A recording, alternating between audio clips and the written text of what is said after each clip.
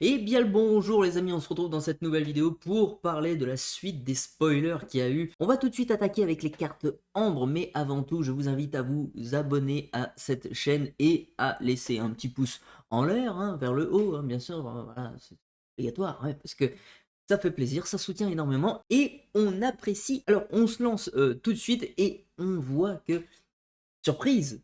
Voilà, on a, la licence Les Frères des Ours, Frères des Ours, non, ouais, c'est juste Frères des Ours, c'est pas Les Frères des Ours. Frères des Ours est apparu dans l'Orcana, c'est sympa de d'avoir la petite surprise parce que c'était pas prévu, enfin en tout cas, ils nous ont fait une belle petite surprise.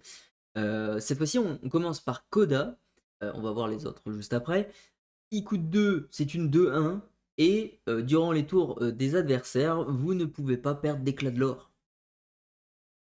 Ça, c'est pas mal, hein. Ça c'est une carte, on commence bien, c'est une carte rare, heu, pas non plus une carte ultra pétée, mais le jour où il y aura des decks qui feront perdre énormément de l'or, et on sera bien content d'avoir celle-ci pour contrer ces decks-là dans la méta. On passe à la suivante, et là c'est Ruth Northern Moose. Il coûte 4, c'est une 3/4 qui a soutien. Ouais, c'est basique, c'est pas terrible. Ensuite, on a Kenai. Alors, je crois que c'est son grand frère. Il me semble, hein. Je sais plus, ça fait longtemps que j'ai pas vu le dessin animé. Il y a très longtemps, donc je peux dire des bêtises, mais je pense que ça doit être son grand frère, parce que Koda est sur son dos. Ah, frère des ours. Animal totem, oui, oui. Moi, mon animal totem, c'est. Je sais pas. Dites-moi dans les commentaires, vous, qu'est-ce que c'est votre animal totem, hein? C'est très intéressant. Pour 2, c'est une 1/4 qui dit que tant que ce personnage est épuisé, vos personnages Coda ne peuvent pas être défiés. Ouais, c'est pas fou. C'est vraiment pas fou. Ça, c'est pour des decks fun, c'est cool. Et on a Tuk, Northern Moose. Une 4/4 pour 4. Voilà, Vanilla. Ensuite, on a Alan Adale. Je savais pas qu'il s'appelait comme ça en anglais. C'est le coq. Vous vous rappelez le coq de Robin des Bois.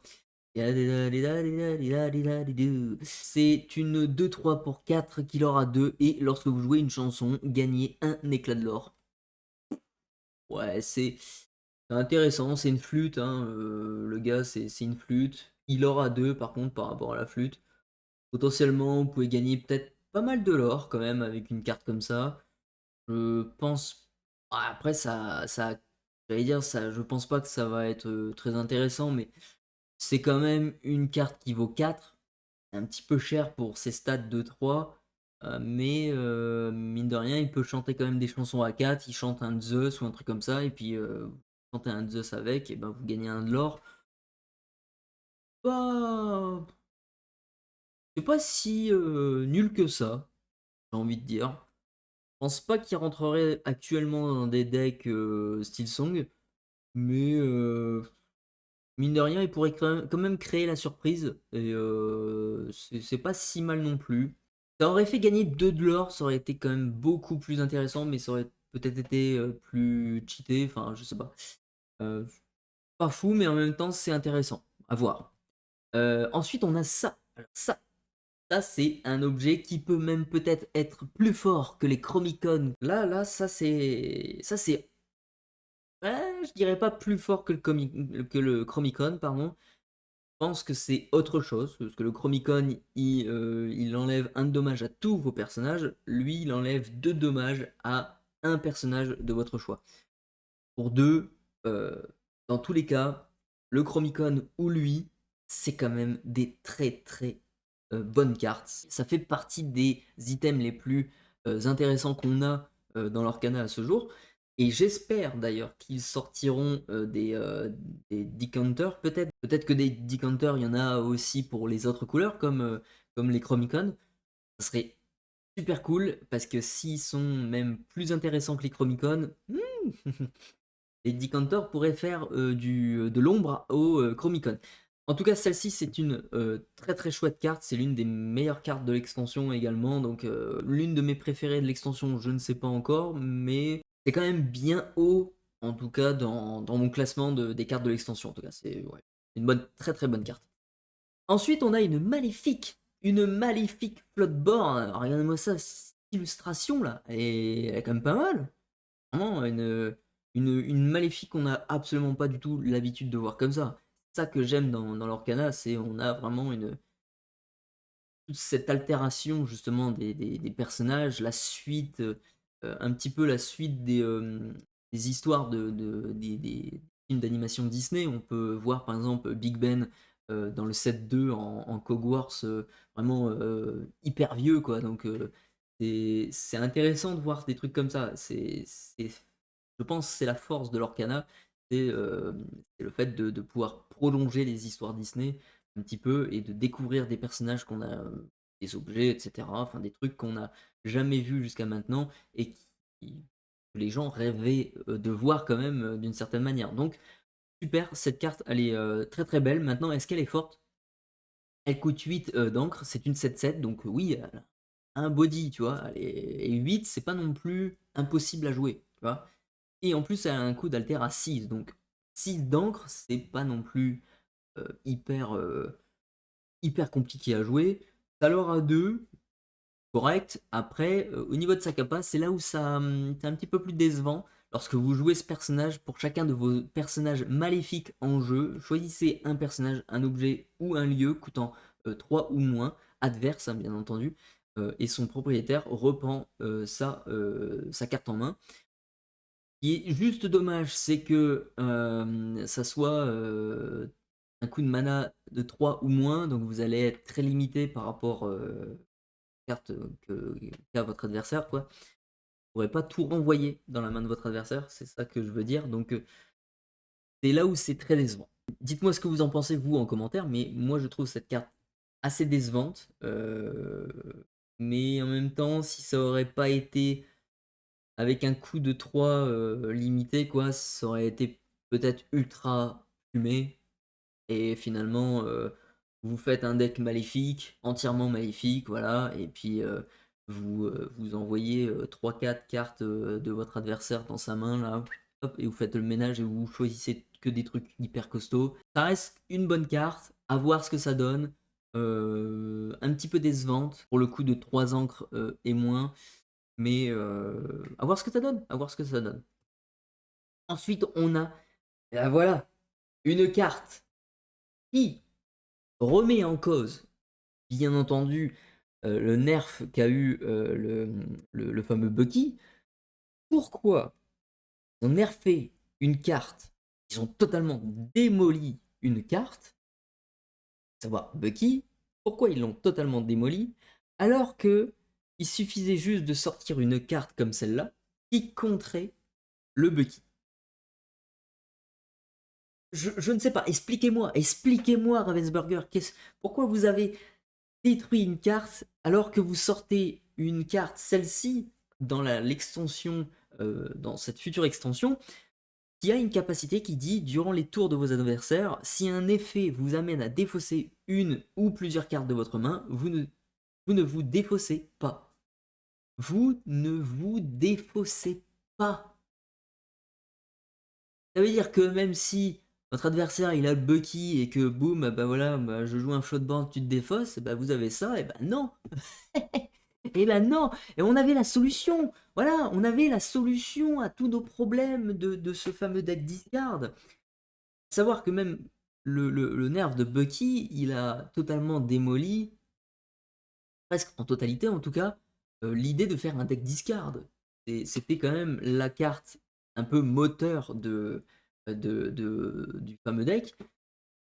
C'est juste dommage, c'est juste dommage. Moi je suis quand même je m'attendais à ce qu'ils fassent ce nerf et que donc du coup, voilà, ils allaient pas sortir de sitôt une carte qui aurait pu contrer la capacité de Bucky, en tout cas arrêter le hors d'atteinte ou alors arrêter le discard tout simplement comme avec cette carte. Mais ils ont quand même sorti la carte juste après. Donc il fallait pas attendre bien longtemps, on va dire, pour contrer le fameux deck. Donc bon, c'est juste dommage. En tout cas, c'est une 2-5 pour 4, c'est assez costaud. C'est encore une carte pour la couleur améthyste, hein. Il y a beaucoup de gens qui vont rager à l'idée de se dire: «Bon, bah, voilà, le rubis améthyste, il va encore prendre du level». Il va y avoir des gens qui vont pas être contents, mais en tout cas, au niveau de l'illustration également, on peut noter un truc très intéressant, c'est que là, vous vous souvenez de ce trident? Voilà, le trident, c'était le trident justement de la Ursula,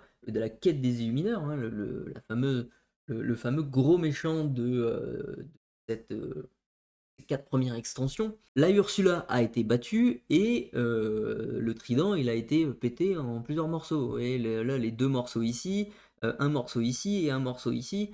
On a d'ailleurs cette carte-là dans, le fameux coffret Les Quêtes des Illumineurs et c'est, cette carte justement qui montre un petit peu je sais pas si vous allez voir, hein, mais en tout cas, on voit c'est coup de chance, la carte dans le coffret et on voit, bah, que le trident se fait complètement péter et c'est super cool de retrouver ce trident-là.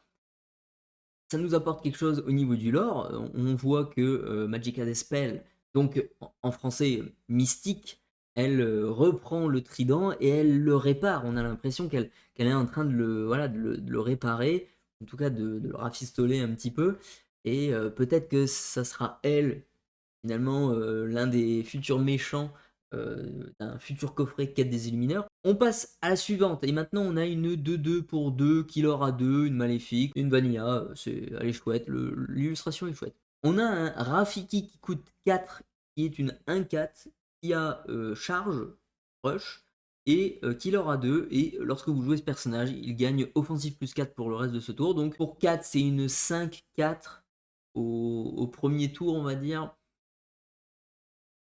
Ça peut être intéressant, mine de rien, c'est quand même une très bonne carte, on avait déjà un Rafiki, du set, 1, qui avait charge et qui tapait à 3, me semble-t-il, si je me souviens bien, pour 3 et c'était non ancrable. On a eu aussi un Rafiki dans le set 3 qui coûtait 1 et qui avait offensif plus 3 et c'était une 0-2. Oui, c'était une 0-2, de mémoire qui était, quand même pas mal joué dans le deck, Ruby Améthyste. Hem, Ça apporte un nouveau Rafiki cette fois-ci, de nouvelles solutions avec, un Rafiki qui tape encore plus fort que jusqu'à maintenant.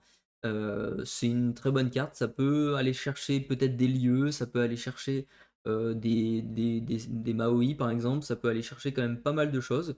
C'est quand même une carte assez intéressante. Maintenant, ça va être utile uniquement au premier tour et une carte, voilà, un anti-bête, voilà, bête et méchant. Soit du coup vous allez le garder et peut-être que vous allez l'aurer à 2 après. C'est pas inintéressant comme carte. Ensuite, on a une chanson. Oh ouais, oh ouais. Alors, c'est une carte chanson pour 3 qui est ancrable. Et pour la capa, choisissez une carte de votre défausse et mélangez-la à votre pioche.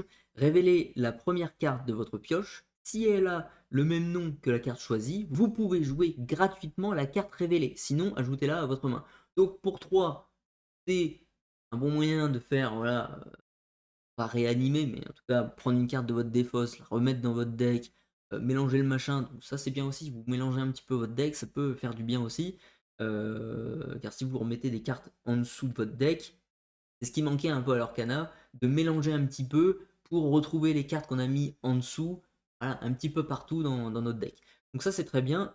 Ensuite on pioche et potentiellement, admettons vous allez remettre admettons vous avez un deck Robin des Bois avec des flèches et des arcs, tout ce qu'il faut quoi.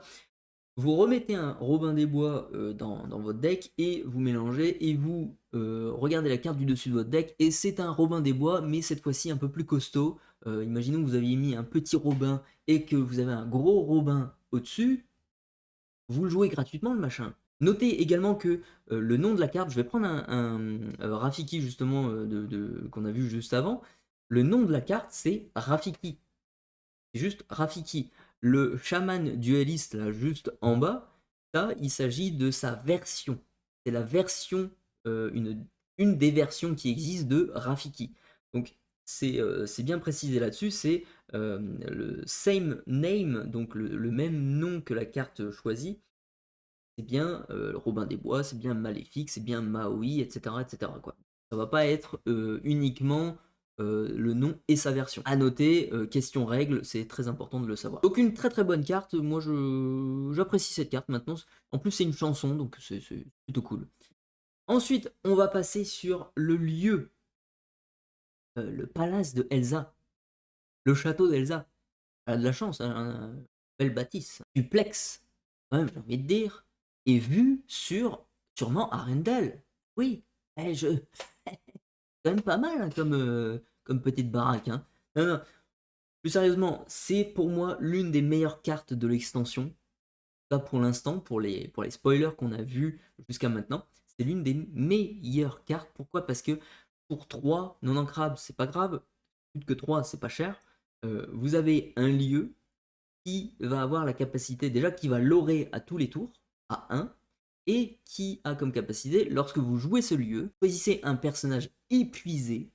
Tant que ce lieu est en jeu, ce personnage ne peut pas se redresser au début de son tour. Vous allez clairement faire du contrôle avec cette carte-là. Vous allez clairement choisir un perso qui, malheureusement, ça ne choisit pas un perso qui est redressé. Ça aurait été encore plus fort, et là, je l'aurais encore plus aimé, la carte. Je l'aurais joué en 4 exemplaires, moi, dans un deck, parce que même là, en choisissant un personnage épuisé, c'est quand même assez intéressant. Vous bloquez votre adversaire, vous choisissez un personnage qui pourrait potentiellement taper ce lieu. Donc, c'est c'est- c'est une très bonne carte. Vous allez bloquer votre adversaire, vous allez bloquer son personnage, et vous allez l'aurer juste derrière. Si c'est un adversaire qui joue pas beaucoup de persos, eh bien, finalement, ce lieu-là va rester quand même assez longtemps. C'est plutôt pas mal. On passe à la suivante, et là, on passe à la couleur émeraude. C'est une carte action, tout simplement pour 3. Vous piochez une carte, choisissez un personnage, il gagne combattant durant son prochain tour. C'est bien si vous le mettez contre un Pinocchio qui aura 3, admettons, ou des trucs comme ça. Ça peut être intéressant. Maintenant, faut avoir un plan de jeu, faut que vous ayez des personnages sur votre board pour dire de l'éliminer si c'est votre mission, en tout cas, ce personnage adverse. Voilà, c'est une chouette carte. Maintenant, dommage que c'est pas une chanson. Ça aurait été une chanson, ça aurait été encore plus fort. Donc, voilà, c'est une chouette carte.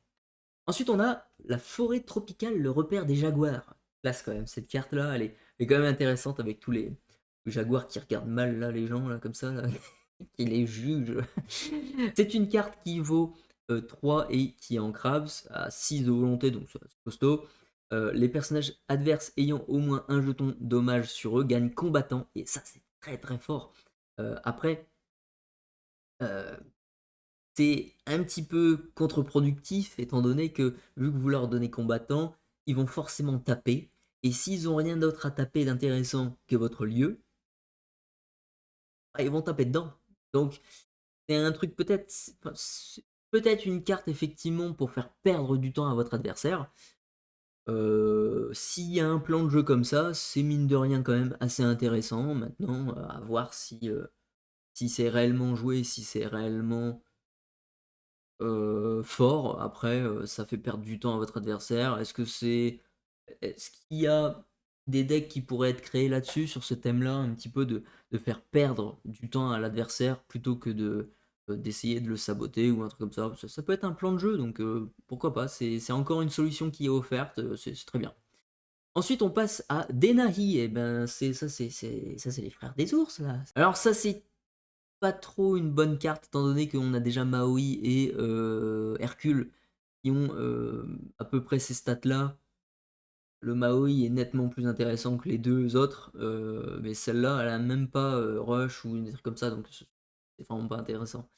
Ensuite, on a le Gaston, qui par contre est lui une brute totale, c'est une grosse brute. On se rappelle d'un Gaston du set 1 qui, je crois, était une 4-2, si je dis pas de bêtises, pour 2 en crable. En tout cas, il y a un truc un petit peu intéressant, c'est de le jouer avec une autre carte, on va le voir juste après. Mais pour chaque personnage blessé que vous avez en jeu, vous payez 2 encres de moins pour jouer ce personnage. Donc il ne vaut pas 9 potentiellement, il vaudrait peut-être moins du coup si vous aimez bien avoir vos personnages blessés. Ça pourrait être, potentiellement réalisable parce qu'il y a aussi une carte qui s'appelle, Debout tout de suite, qui blesse tous vos personnages sur le board. Vous jouez après facilement à un truc comme ça pour peut-être un peu moins cher. C'est une 10-6 qui a charge, donc là ça a moyen de casser tout ce que vous voulez. Ça tape tout ce que vous voulez, même un dingo, qui a 10-10, c'est voilà, c'est facilement pétable, voilà, avec un truc comme ça. Bref, en tout cas, c'est une bonne carte néanmoins si vous la complétez avec, le Hades légendaire, vous, bannissez le Gaston, admettons, qui coûte 2 du set 1 et bah, vous jouez votre Gaston là depuis votre main, gratuitement, celui-ci et vous, commencez à taper, voilà, très fort, voilà et en plus ça l'or à 2 donc c'est vraiment très, très intéressant comme carte, c'est vraiment une carte très, très forte.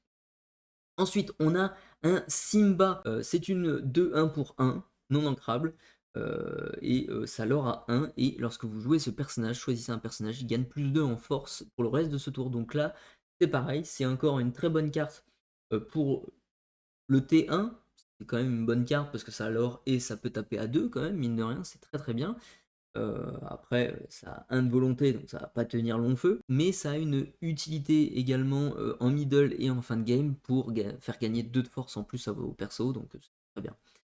Ensuite, on a cette chanson de Christophe qui chante à Sven, ou qui chante faisant passer pour Sven également, je crois. Je crois que c'est ça. Bref, en tout cas, la capacité permet de redresser tous vos personnages et ils ne peuvent pas être envoyés à l'aventure pour le reste de ce tour. Pour 7 quand même, je sais absolument pas à quoi ça pourrait servir actuellement. C'est cher, c'est très cher pour la capacité, pour l'utilité qu'elle en a. Enfin, je vois pas, dans la méta actuelle, je n'arrive pas à voir cette carte intéressante. Enfin, protéger nos persos, je sais pas, je comprends pas. Après, ça pourrait aussi chanter, ça pourrait nous permettre de chanter effectivement plusieurs fois. Voilà. Oui, pourquoi pas? Pourquoi pas? C'est dans un deck rempli de chansons, où vous avez des gros persos, voilà, qui peuvent chanter beaucoup. Un rouge-jaune, un deck rouge-jaune, par exemple, qui pourrait chanter énormément avec des gros chanteurs et beaucoup de chansons qui, font mal à votre adversaire. Un deck full chansons perso, mélomane, ça pourrait être sympa. Ensuite, on a Glimmers vs Glimmers. Ça, l'illustration est très chouette et j'espère qu'ils vont faire cette illustration en playmat. Ça serait ultra beau. Mais la carte n'est pas folle. Ça coûte 4. Ça nous rappelle un roi incontesté. Choisissez un de vos personnages et bannissez-le pour choisir un personnage et le bannir. C'est beaucoup moins intéressant qu'un roi incontesté. On va préférer nettement jouer un roi incontesté parce qu'en plus c'est une chanson. Voilà, on passe à autre chose. Ensuite, on a cette carte action qui, Who With Me, qui est assez marrante parce que son texte d'ambiance là, elle dit Don't forget the purple unicorn is mine. Ça rappelle un petit peu le film et c'est rigolo parce qu'ils sont dans une foire un petit peu, ils font la fête hein, dans le monde de l'Orcana. Et la capacité, c'est vos personnages gagnent +2 en force pour le reste de ce tour. Intéressant, pour 3, c'est bien. Chaque fois qu'un de vos personnages avec combattant défie un autre personnage durant ce tour, gagnez 2 éclats de l'or. Et c'est là où ça peut être aussi intéressant de faire des decks full combattant avec un truc comme ça. Et c'est intéressant, voilà, mais c'est pas non plus truc de fou, quoi. Voilà, je pense pas. Ensuite, on a la Pozione della Forza. Burrata. Oh la burrata. Pour un, vous bannissez cet objet, vous choisissez un personnage, il gagne +3 en force pour le reste de ce tour. Il y a quand même pas mal de cartes qui augmentent la force des persos quand même, hein, je trouve. Il y a beaucoup de cartes comme ça. Si ce personnage est un méchant, il gagne +4 en force à la place. Pour un, je trouve ça raisonnable. Si vous jouez à un deck méchant, honnêtement, ça peut être très très intéressant quand même. Une bonne carte, je trouve quand même. Une bonne carte commune en tout cas. Ensuite, on a la fameuse épée sortie de l'enclume. Là, c'est quand même, ça, c'est encore une fois des images qu'on ne voit pas dans le film. En tout cas, cet aspect-là, en tout cas, effectivement, Arthur retire l'épée dans le film, mais là, on ne l'avait pas vu comme ça avec des pouvoirs là, de feu, là, un petit peu. Enfin, de rubis. la couleur rubis hein, qui est présente sur l'épée. Pour la capacité, au début de votre tour, si vous avez un personnage en jeu qui a une force supérieure à celle de chaque personnage adverse en jeu, chaque adversaire perd un éclat de l'or et vous gagnez un nombre d'éclats de l'or égal au nombre d'éclats de l'or ainsi perdu. Alors, ça va être une très bonne carte en multi, hein, si vous allez jouer avec 3 autres adversaires ou un truc comme ça. En format core, en 60 cartes, 1 contre 1, c'est pas terrible. Ensuite, on a Chaka. Chaka. Hein, c'est une 4-3 pour 4 qui aura 2, vanille, très bien. Ensuite, on a Chicha. Chicha. C'est une personne qu'on connaît bien dans l'univers de l'Orcana. Hein, et puis, s'il voit cette vidéo, eh bien, il y a le bonjour à toi. Alors lui, Chicha, son pseudo, c'est un T-C-H-I-T-C-H-A. Chicha. Là, moi, je prononce ce personnage Chicha. Bon, voilà, je pense que ça se prononce comme ça, je pense. Je pense pas que ça se prononce Chicha. Chicha, c'est comme autre chose. La chicha, c'est autre chose. Chicha, c'est pas mal. C'est mieux, ça sonne mieux. Pour 2, c'est une 2-1, ok, qui a support, ouais, ok. Ça pourrait être peut-être pratique un jour, hein, les decks soutien, ça pourra peut-être exister. Et c'est surtout sa capacité qui est intéressante, c'est durant votre tour, lorsque vous placez une carte dans votre réserve d'encre, si c'est la deuxième carte que vous avez placée dans votre réserve d'encre ce tour-ci, vous piochez une carte. Et ça, mesdames et messieurs, dans un deck Popcycle, hein, dans un deck bleu-rouge, notamment, ou dans un bleu-gris, vous mettez énormément de cartes dans votre réserve d'encre, avec notamment la plume, ou alors des jeux vol, ou alors une carte qu'on va voir juste après, hein, d'ailleurs son enfant à elle, hein, à Chicha. Et ben ça va être une carte assez intéressante. C'est une très très bonne carte rare, en plus illustrée par Grace Tran, une très grande illustratrice de l'Orcana également, avec les Nicolas Cole et compagnie. Hein. Donc très très intéressant. Ensuite on a Tanana. Ta nana, et pas la mienne. Petite boutade, monsieur. Ouais, il en faut dans ce monde cruel. Et oui, c'est une carte qui vaut 2 en 1, qui est ancrable, c'est une 1-3, c'est assez costaud, c'est bien, c'est pas mal, mais c'est costaud, ça résiste quand même un petit peu pour un tour 2, c'est bien. Lorsque vous jouez ce personnage, vous pouvez choisir un personnage ou un lieu et lui retirer jusqu'à un jeton dommage. Ça par contre, c'est pas terrible, hein, c'est pas terrible, donc on passe à autre chose. Et là, on a le deuxième enfant de Chicha. Et cette carte-là, elle est très forte. C'est pour 2, une 1-2, Typo. Typo. Eh ouais, Typo, ça me fait penser à quelque chose. Enfin bref. Lorsque vous jouez ce personnage, vous pouvez placer une carte de votre main dans votre réserve d'encre, face cachée et épuisée. Je vole, on oublie. Voilà. On a trouvé le remplaçant de Je vole, une chanson qui était non ancrable en plus, donc c'était un peu embêtant. Là, c'est ancrable, ça coûte le même montant d'encre, d'encre. C'est un personnage qui peut l'aurer au prochain tour, donc c'est évidemment, je pense très très certainement que Je vole va être remplacé par cette carte-là. C'est assuré. C'est mon avis. C'est vraiment une carte très très intéressante. Donc j'ai hâte de la voir à l'œuvre. Ensuite, on a une carte action Royal Tantrum. Tantrum. Ouais, c'est English, people, man, fuel one man. Bannissez n'importe quel nombre de vos objets, puis piochez une carte par objet banni de cette façon.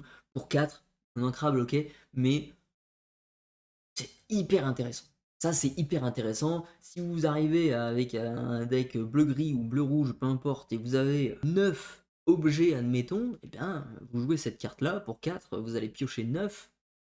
C'est vraiment pas dégueu. Après, à l'Orcana, il n'y a pas de limite dans le nombre de cartes qu'on a dans sa main, donc fort heureusement, on peut faire un truc comme ça. A noter également que ici, il me semble que au niveau de l'illustratrice, ici, Julia Rivas, c'est pas elle qui a dessiné cette illustration, il me semble, enfin, faut que je revérifie encore, mais... Ensuite, on a Ewig Altbekannt. Eh oui, regardez-moi ça, cette magnifique illustration de Belle. et son prince. Cette carte nous dit retirez jusqu'à 2 jetons de dommage à n'importe quel nombre de personnages de votre choix. Ça peut soigner 2 à tous vos persos. C'est sympa pour 2, mais bon, on n'est pas non plus pas, non, pas un très gros fan de soigner des dommages à nos persos. Pour moi, ils sont là pour être pour faire leur taf, tu vois, et puis après de partir quoi. Voilà, on n'a plus besoin d'eux. Voilà. C'est du one shot, tu vois. C'est important, c'est important. C'est une jolie carte, mais voilà, c'est pas top pour moi. Ensuite, on a le Basil's Magnifying Glass. Eh bien, ça coûte 2, c'est ancrable, et quand on l'épuise et quand on paye 2 d'encre, vous regardez les 3 premières cartes de votre pioche. Vous pouvez révéler une carte objet et l'ajouter à votre main, pas mal, et remettez le reste sous votre pioche dans l'ordre de votre choix.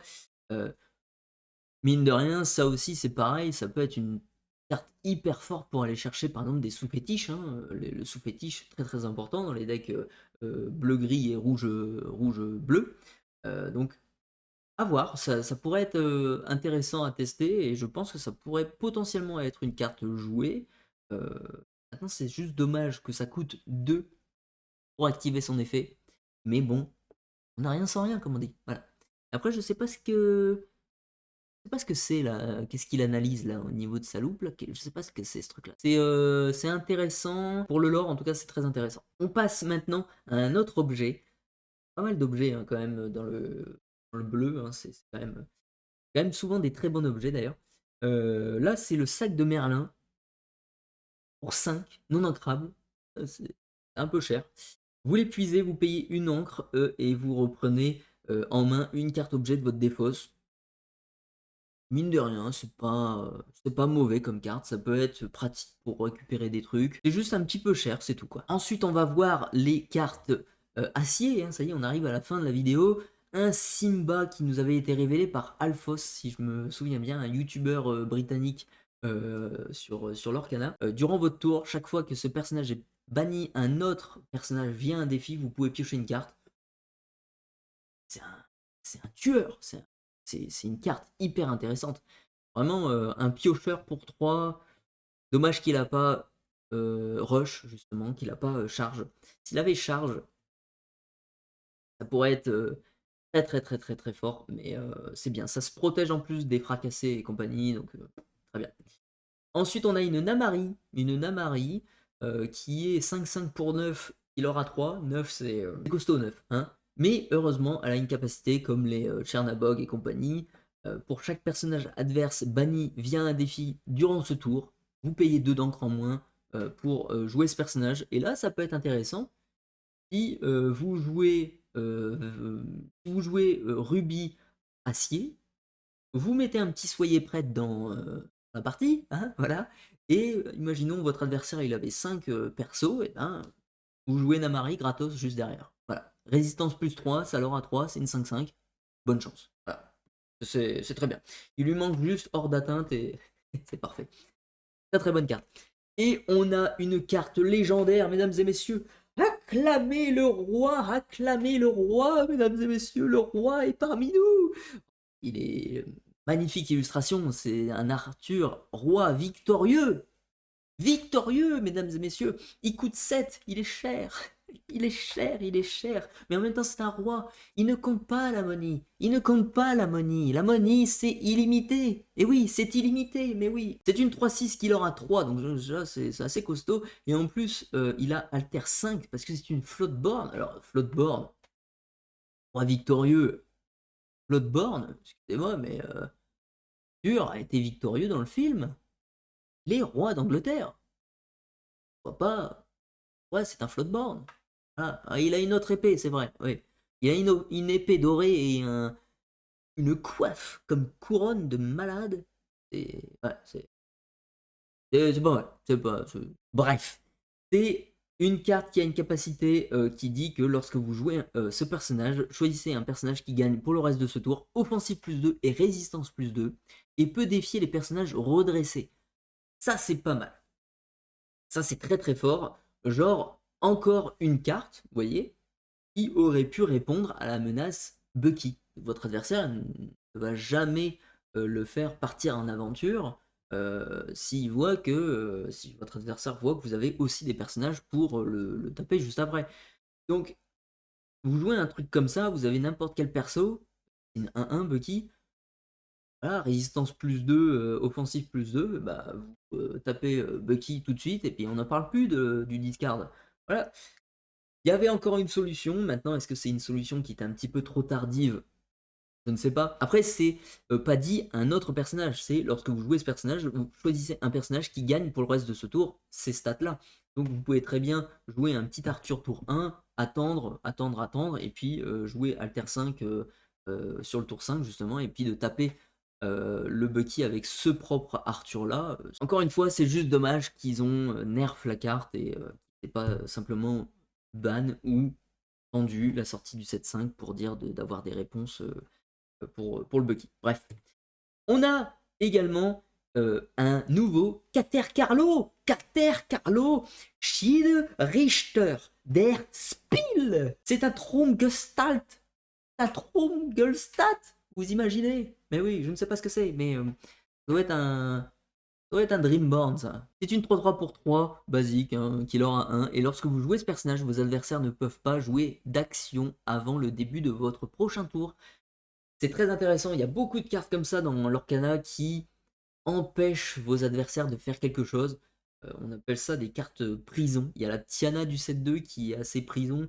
Cette carte-là aussi empêche votre adversaire de jouer ça, donc c'est assez prison aussi. Prison, pour ceux qui ne savent pas ce que c'est tout simplement des cartes qui empêchent votre adversaire de faire des choses, quoi. Ça l'enferme dans un truc où il peut pas faire ça, il peut pas faire ça, il peut pas faire ça, etc. Donc voilà, ça l'empêche de jouer et finalement, moi j'adore jouer des decks comme ça. Dans Magic, je joue beaucoup prison, donc c'est une carte intéressante. Et on va s'arrêter là, les amis. Alors dites-moi ce que vous avez pensé de ces cartes-là en commentaire. Alors, encore une fois, on peut parler un petit peu du Bucky aussi, hein. Il y a quand même pas mal de cartes qui pouvaient solutionner un petit peu le problème. En tout cas, moi je vous remercie d'avoir regardé cette vidéo. N'oubliez pas de vous abonner et de lâcher un pouce vers le haut, ça soutient la chaîne énormément. On se donne rendez-vous dans une prochaine vidéo. Sur ce, prenez soin de vous et à tantôt.